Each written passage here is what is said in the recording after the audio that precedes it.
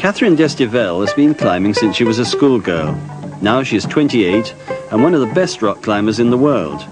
This time she's in Africa, getting some local advice for a new climb.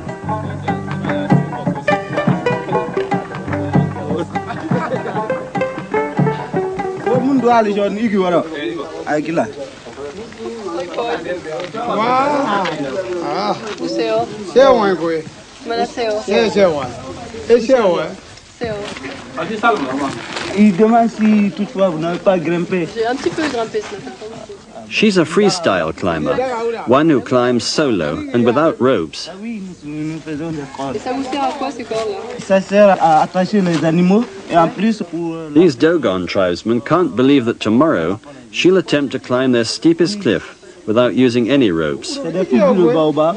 De baobab. Oui, on les fait sucer. They're saying that if she should have a fit of sanity and change her mind, then she's welcome to use one of their splendid ropes. Maintenant, on les met dans l'eau, après on fait le corps. Les cordes, elles sont pas plus grosses que ça quand vous montez. Si. The Dogons scale the cliff by rope as a matter of course, but the notion that someone would choose to climb it using only hands and feet strikes them at the least as perverse.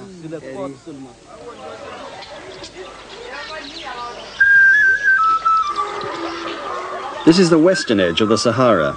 Above the village, the Bandiagara cliffs rise to a rock plateau that stretches for 200 miles. Catherine, with an escort of Dogon women, plans to make her freestyle ascent at the most difficult point.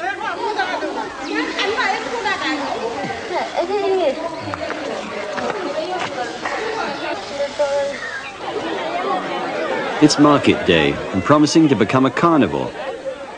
Everyone's turned up in anticipation of the amazing sideshow to be staged by this strange white woman.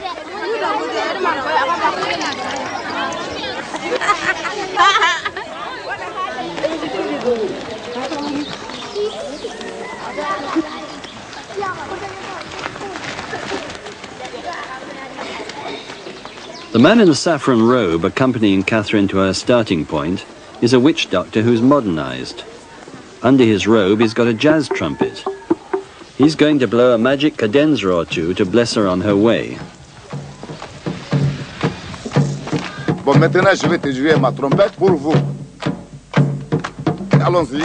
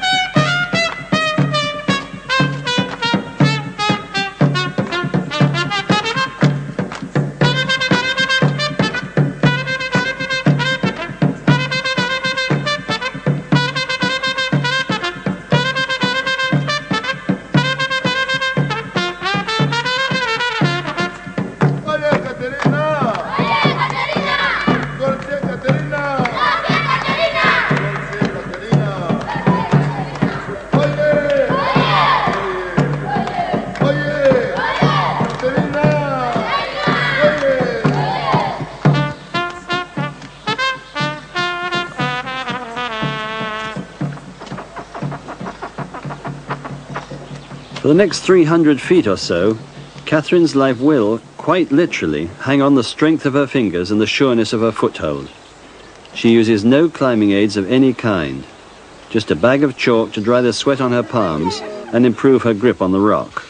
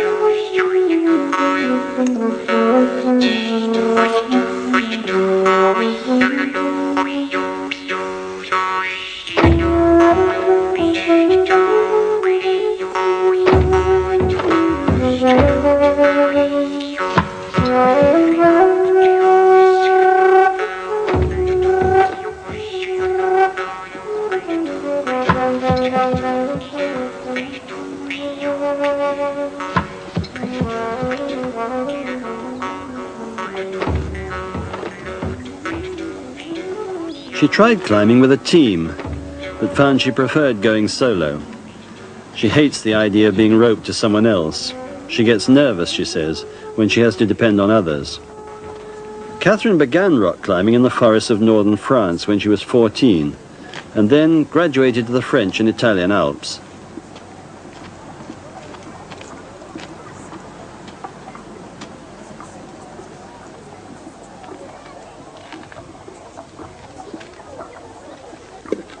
This rocky plateau was once the kingdom of the Tellem pygmies.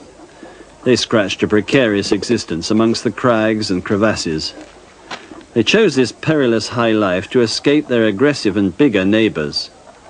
But by the 12th century, even the pygmies had abandoned this barren rockscape.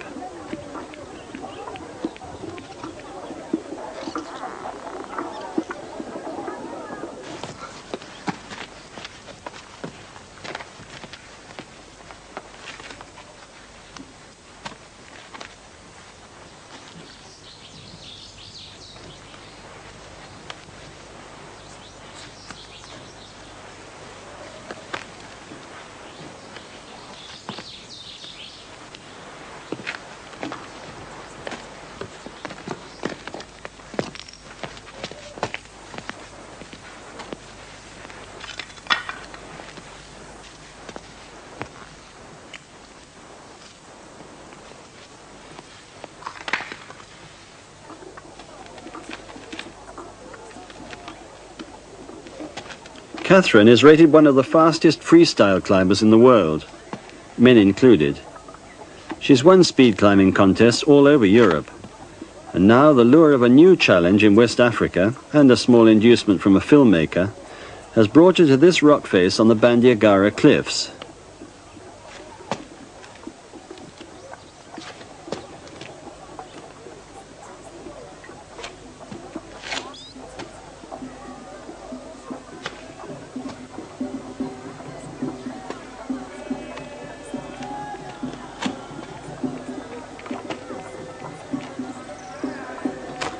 This is one of the ancient burial chambers of the Tellem pygmies, although some of the skeletons, she notes, are more recent than that. The sort of place for a failed freestyle climber, perhaps. But she's not at the top yet. The last pitch to the summit is the most dangerous stretch of all.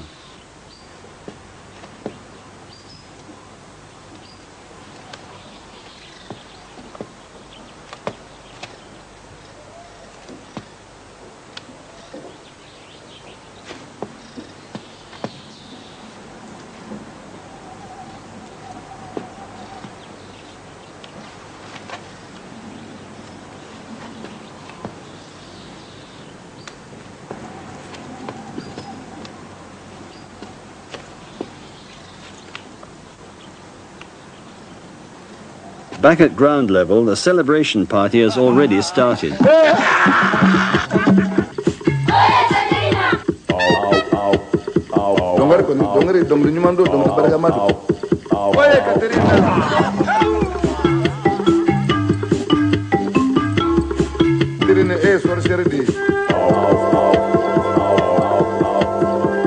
The Dogon women are honouring Catherine as a great new heroine. After all, she's just done what none of their menfolk could do. Catherine Destivelle, down from the golden cliffs of Mali. I find it hard to believe that any human being could accomplish what we've just seen her do.